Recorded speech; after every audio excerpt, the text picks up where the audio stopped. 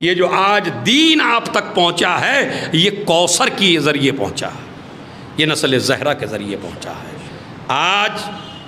اور اس دین کو بچانے کی خاطر کیا کیا قربانیاں دینی پڑی ہیں، جانتے ہیں آپ کیسی کیسی قربانی دینی پڑی ہے خالی دین بچانے کی خاطر۔ علی جیسا امام، علی جیسا امام، زہرا جیسی خاتون، خدا کی قسم علماء نے لکھی ہے یہ بات کہ اگر زہرا کا دروازہ نہ جلتا تو کربلا میں کبھی خیمے نہ جلتے۔ سمجھ رہے ہیں آپ کتنے، مطلب کبھی آپ تصور کریے جس بی بی کے احترام کے لیے نبی کھڑے ہو جاتے ہوں، گردن کا بوسہ دیتے ہوں، گلے کا بوسہ دیتے ہوں، دروازے پہ آ کے جھک جاتے ہوں، آیہ تطہیر کی تلاوت کرتے ہوں، کبھی آپ تصور کر سکتے ہیں کہ اس بی بی پہ اتنا ظلم ہوگا کہ اسے مرثیہ پڑھنا پڑے؟ اور مرثیہ بھی علماء کہتے ہیں گھر میں نہیں پڑھا، قبر پہ گئی اور قبر پہ ہاتھ رکھا اور ہاتھ رکھ کے کہا سبت علیہ مصائب اللہ، بابا آپ کے بعد وہ مصائب پڑے۔ ایسا کیسے مصائب تھے شہزادی کے اوپر جو پڑے تھے؟ میں بتاؤں آپ سے، ایک مصیبت سے آپ اندازہ لگا لیں گے کیسے مصائب تھے۔ آج ہر آدمی، اس لیے کہ میں نے کل بتایا تھا آپ سے کہ حسن و حسین رو رہے تھے مگر گھٹ گھٹ کر، اس لیے کہ علی نے کہہ دیا بچوں میں رونے سے منع نہیں کرتا، لیکن بچوں تھوڑا سا کنٹرول کر کے رونا ہے۔ کیوں؟ اس لیے کہ اگر زیادہ روگے تو دشمنوں کو پتہ چل جائے گا، اور تمہاری ماں کی وصیت ہے میرے جنازے میں وہ نہ آنے پائیں۔ حسن و حسین آستین منہ میں لے لے کے رو رہے تھے، مگر جوانوں تم پہ کوئی پابندی نہیں ہے، تم پہ کوئی پابندی نہیں ہے، کاش ہم ہوتے وہاں۔ سمجھ رہے ہیں؟ ارے بس میں ایک مصیبت آپ کو سنانا چاہتا ہوں، مصیبت سن لیجئے۔ مصیبت کیا ہے؟ باقی مصائب کل ہوگا۔ اتنے مصائب کہ زہرا سے ایک مصیبت کسی نے بیان کر دی مولا علی کی، تو میری بیوی پورا دن روتی رہی، اور جب میرا مولا آیا تو پوچھا ابو الحسن ایک بات بتاؤ مجھ سے۔ علی میرے پاس بیٹھو۔ علی بیٹھے زہرا کے پاس، ایک مرتبہ کہتی ہے علی ابو الحسن میں نے سنا ہے مدینے کے لوگ آپ کو سلام نہیں کرتے،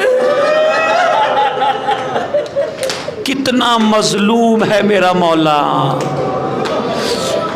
مدینے کے لوگ، آپ نے مصائب کو محسوس نہیں کیا، میں نے سنا ہے مدینے کے لوگ آپ کو سلام نہیں کرتے۔ پتا میرے مولا نے چیخ مار کے کیا کہا؟ زہرا خالی اتنا ہی نہیں ہے، اگر میں بھی کسی کو سلام کرتا ہوں تو مجھے علی کا کوئی جواب نہیں دیتا۔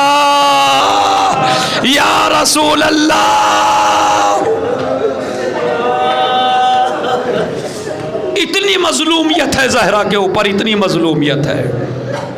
اور اب ہوا، سنیا دی تو ہوا یہی، میرے مولا سے کسی نے پوچھا، میں دیکھتا ہوں خدا کی قسم، میرے مولا سے کسی نے پوچھا، مولا علی سے، علی یہ بتاؤ مرد کے اوپر سب سے سخت وقت کون سا ہوتا ہے؟ خدا کی قسم اگر اس روایت کے بعد میں کچھ نہ پڑھوں نا تو بس اسی میں حق ہے، جتنا سوچو گے اتنا رو گے۔ کس سے سوال ہے؟ مولا علی سے، مولا مرد کے اوپر سب سے سخت وقت کون سا ہے؟ تو پتہ میرے مولا نے کہا، مقتل کا لفظ ہے، من اصعب الامور ان یضربا،